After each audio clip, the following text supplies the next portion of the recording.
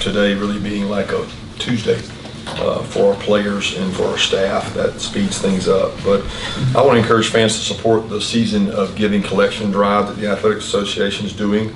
It supports families in need in our Athens community. They're collecting items, I think, through December 10th. And they want warm clothing items, hygiene kit materials, non-perishable food, all the stuff that can be dropped off at the main third floor entrance of this building, the Butts-Mehre building. So additionally, items will be collected at upcoming men's and women's basketball games and at the end of the women's volleyball match. I know Leland will send out a lot more details on that in the future, but that's a big deal for our Athletic Association, and we want to push that out to folks. We are on to Georgia Tech. We got started on them yesterday, which was like a Monday, which was very unique for us because it was not Monday, but it was like a Monday in terms of practice for us and moving things up. Of all the years we've been here, I think this is the first time we've had kind of a different timeline schedule for it like this. So our guys are excited. This is a huge matchup. This is an interstate rivalry game that's been part of history for a long, long time. And it is a physical game. It was a very physical game last year. It'll be a physical game this year. I'm excited to be at home on a Friday night and looking forward to our crowd impacting this game. And we need them to impact this game because we do have it at home. Yeah, Coach, I know you had some recruiting Saturday night to finish up, but I'm curious your thoughts as the SEC upsets finished up and you guys get awarded a chance to play in the SEC championship game, and your thoughts on playing in the championship game. My thoughts are on Georgia Tech. I mean, it's a great honor to be able to play in the SEC championship game. It is probably one of the greatest events in all sports because the games that you play in are great matchups. But at this point in time, we don't even know who that is, nor do I care. My concern, 100%, is with Georgia Tech because of what that game means to so many in this state, so many on our team, and what it means to this season and this seniors playing at home. So that's the focus. Kirby, do you modify things a little bit to get your kids a little bit of a break physically, or have you modified? If so, how do you do that on a short week? Still try to get them the rest that they may need between games while still being prepared? Yeah, it's a tough balance. I mean, there's not a perfect remedy. We spent a lot of off-season time talking to programs that have Friday games after Saturday games. So you can imagine the teams around the country that play their game on Friday this week. And we've talked to a lot of those guys about best way to manage it. But at this time of the year, you're trying to dial back on contact anyway because it's the end of the year. Now, you add that to the schedule we've played, the injuries we have, and the turnaround, and it's like a mountain of stuff there to kind of unpack. And we're trying to be smart, but we're also trying to be physical. And Georgia Tech's going to be physical, so are we. So it's going to be one of those really tough physical games that I think to play tough and physical, you got to practice tough and physical. Kirby, what stood out to you about Aaron Philo, freshman quarterback at Tech, played right down the road? Just what have you seen from him this year?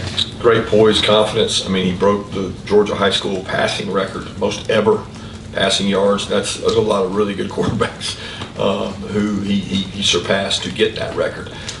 So he's got confidence. He's thrown the ball a lot. It's not like it's foreign to him. They've got some really good weapons. I mean, their backs catch the ball well out of the backfield. They've got speed on the perimeter. They do a really good job in the run game, so they keep you honest. But he's played really well, played with confidence, and to watch him, play the game like he did Thursday night, he was at his best when his best was needed. Kirby, I'm curious when you found out this game was going to be played on a Friday night, and obviously you're a father, you got guys on your staff who have kids playing on Friday night. There's a recruiting piece of that too with the high schools. Just your thought, when did you find out, and then what are your thoughts on that part of it? I don't remember when I found out. I mean, I don't keep up with time like that. I mean, I don't know. It was sometime last year when it was up for debate, maybe after the season, or maybe even before the season last year. It was brought to our attention that it was a possibility, and would both teams be interested? The thought was, number one, you could get more exposure for both programs in terms of that game time, that slot being available. That also checking with Georgia High School, it was going to be a good slide to not conflict with high school playoffs. So where you say it does, something happened this year with the hurricane where it pushed everything back and it made a bigger conflict. Otherwise, this would have been really no issue, and that was checked on first. So I think due to weather, that affected us. I think both teams agreed to doing it, and that's kind of how it came about. Coach, what stood out to you about the way Brent Key has built the program over there as a fellow alum of the school he's now coaching? Stood out as he's doing it the good old-fashioned way, hard work, recruiting. They're in the same recruiting battles we are. They're going after the best players in the state, just like we are, and they're doing a better job on that front in terms of being able to recruit them. But they're still really physical. He coached. He coached with Nick. He coached with George O'Leary, who's one of the best there is at managing a program and being physical. So he knows what he's doing. He's got a great staff. I mean, he's hired a really good staff, and they got good football players. Coach, you kind of partially answered this question a while ago to talk about the rivalry, your players understanding what it means, but is it the same as, I was almost say back in the day when everybody knows how all the hatred kind of flow from this? But so many of these guys now know each other, they go to camps together, that sort of thing. Is it still the same? Do you have to remind them why this is such a big deal? Yeah, I mean, I think you do that every week. Every time you have a rivalry game, you explain the rivalry and what it means. It's just more significant when it's inside your state.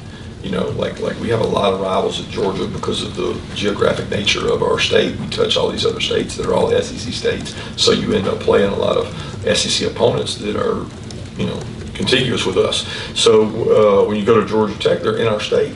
And they got a tremendous program. And more of our kids have been recruited by them. And they know, they get the sense of the importance of the game from the older players on the team who've played in it and the coaches who have.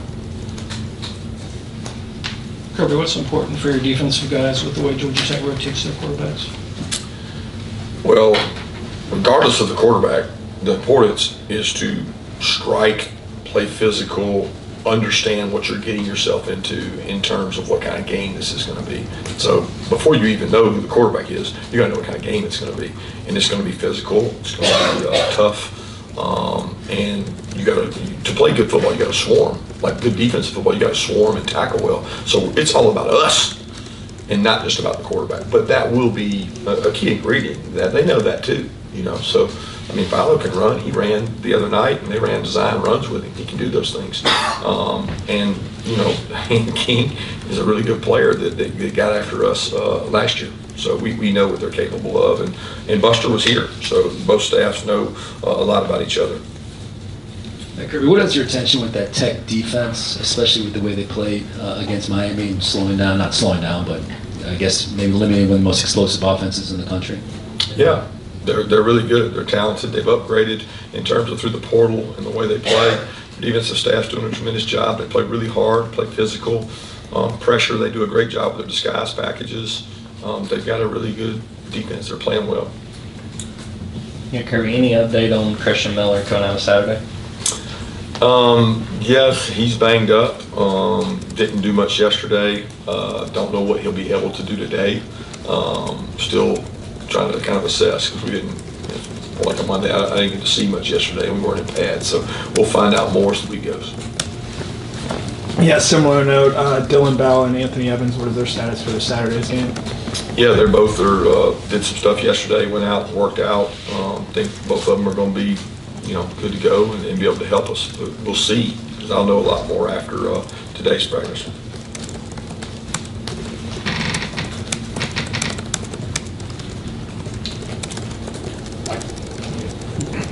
Kirby, I know that this may be just coach speak, but I guess I wonder, Brett Key said last summer, I guess, there's nothing he hates more in the world. The only thing I actually hate. When you talk about Georgia Tech, what's your take on rivalry and emotions, feelings for this game? Yeah, I don't think you get real emotional about things like that. I think you're a lot better, coach, when you stay composed and you coach your players and you teach your players what it's going to take to win the game, which it will be a emotional game, but I don't get emotional about it. It's an interstate rivalry. It's a chance at a state championship. It's a lot of pride. It's a lot of history in the game. But the game's played between the lines, between the players. We didn't get to see these guys this past Saturday, but can you tell us about the development of Ryan Puglisi and Jay Estrada and what they've done this year, what they need to work on? Yeah, they're both really good quarterbacks who have gotten better in our system. As you know, Ryan was here in the spring but missed considerable time in the spring with injury. And then Rashada didn't get afforded the opportunity in spring, so he's been having to pick it up quickly from being here summer and fall camp and picking all those things up. But they're both doing a great job. Coach, understanding that you and your core staff and the team is fully focused on Georgia Tech, I just wonder about the logistics side of now you have another game. You know it's going to be one of these two opponents. What are the logistics of that, like your support staff and stuff like that? Is some attention shifted away and fully onto those two teams and the possibility of getting them a week hence? Not one thing different, Yep. Not one thing different. Because we would have been playing this game still not knowing. The difference is we know, but we don't know who it is. I mean, there's things that could have happened this coming weekend that would have determined whether we played or not. So we would have to prepare the same way, which is no preparation. The preparation is Georgia Tech. There's nothing we can really do. And we don't really worry about it. We worry about one game at a time. I mean, we know when we played Alabama that we had Auburn the next week, right? We don't do anything for Auburn. We're worried about the game we have. Kirby, Jalen was named finalist for the Butkus Award today. What does he mean to you, and what is his best attribute? Well, what does he mean to me personally? He's an unbelievable kid, Christian, believes in his thoughts and processes, and he was raised in a wonderful family where he has a lot of confidence in himself to stand up, talk to the team, command leadership, demand respect, do things the hard way, and set a standard the right way. I mean, like, he is a great young man. I would be hard measured to say what his greatest attribute is, because his could be character. His could be the ability to run, the ability to strike people and be violent and hit and flip a switch on the field. But he's elite at all those things. I mean, this kid is a very, very special person on and off the field first, but he's also very talented. So I'm very honored and happy for him. He deserves that. You mentioned him briefly, but Buster Faulkner, what's the biggest impact he made on your program? Buster was incredible in terms of insight, ideas, work habits, recruiting. He recruited really hard while he was here. He was very loyal. He didn't try to overstep his boundaries, which when you're in that role, sometimes as an analyst, which he was here, you have to be careful because you're trying to assert yourself and prove that you're a good coach, but you don't want to overstep the other coaches. And his rules while he was here was to coach the coaches and help us, and he did a tremendous job of that. He made me a better coach, and he's also a great father and husband as well. Yeah, what has Andrew Thacker brought to you guys as an organizational standpoint with him formerly coming over from Tech? Yeah, he does a great job. He's got a lot of energy, enthusiasm. Defensively, he's been great for our defense in terms of energy, excitement. Players really like him. He does a great job of knowing his role, of defining his role and being very helpful, and he's been a big asset for us. So along those same lines, Josh Crawford comes over from Georgia Tech. Just what do you think of the job he's done, both coaching these running backs and recruiting for you guys? Yeah, I don't know many people that have had to go out and play with three true freshmen in a critical, pivotal game, which really happened against Tennessee. And those kids didn't flinch. He didn't flinch. You prepare year-round to have them ready for a moment like that. He's done that. He's very intelligent and does a good job demanding excellence from those kids, and that's a big part. He was a really good high school coach in the state as well, which I think is big. Coach, any update progress report on maybe getting some running backs healthier this week? Maybe anybody might see some action come back? We'll know more today. Branson and Rod both have looked good in the last week in terms of picking up their pace, running, cutting. We're gonna progress them today. They're gonna do more today than they have. They ran, I guess y'all saw them Saturday run. They did more yesterday. We're day by day with those guys, but there's a possibility. So we're excited about them getting back to work.